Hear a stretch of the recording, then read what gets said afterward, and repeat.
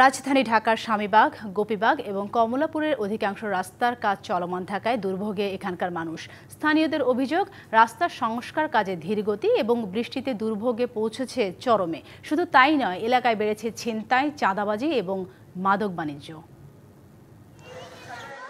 রোজ garden প্রত্নতাত্ত্বিক ও দৃষ্টিনন্দন ভবন, যেটি এখন সংস্কৃতি মন্ত্রণালয়ের অধীনে জাতীয় জাদুঘরের শাখা, মাত্র ৩০ টাকার বিনিময়ে দর্শনার্থীদের জন্য উন্মুক্ত করে দেয়া হয়েছে।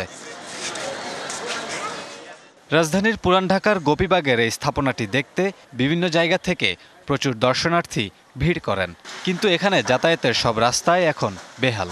সন্ধ্যা ঘনিয়ে এলেই দর্শনার্থীদের ছিনতাইকারীর কবলে পড়া এবং এলাকায় মাদক বাণিজ্য বেড়ে যাওয়ার অভিযোগও রয়েছে। জাদুঘর হিসাবে আখ্যা দিয়েছে, আর যার জন্য এখানে অনেক সন্ধ্যার পরে দর্শনার্থীদের ভিড় জমে আর কি। গাড়ি ঘোড়া দেরিতে আসে, ট্রেন বিলম্ব করে, সেই সময় মধ্যরাতে হয়তো অনেকে আসছেন, তারা অত্যন্ত নাজেহাল হন ছিনতাইকারীদের হাতে। তাদের সমস্ত টাকা পয়সা নিয়ে যাওয়া হয়। সায়দাবাদ রেলগেট থেকে রাজধানীর সুপারমার্কেটের মোড়, স্বামীবাগ থেকে গোপীবাগ, ইত্তেফাকের মোড় থেকে রামকৃষ্ণ মিশন রোড হয়ে গোপীবাগ রেলগেট পর্যন্ত রাস্তাও বেহাল। রাস্তাটা সবসময়ই আপনার গিয়া এই পানি প্যাককাদা জমা থাকে। ঘটনা হলে ওইখানে একটা পাইপ ছিল, ওই পাইপ দিলেই বন্ধ হয়ে গেছে। একটুখানি বৃষ্টি হলে দেখা যায় হাঁটু পানি জমে যায়, তখন মানুষ চলাচলের ব্যাপক বিঘ্ন ঘটে। ৫-৬টা বাস অবৈধভাবে সবসময় পার্কিং করে রাখতেছে, যার কারণে এই রোডের উপর একটা প্রেশার পড়তেছে এবং এই দিন দিন এই অবৈধ পার্কিং এরিয়াটা বাড়তেই আছে।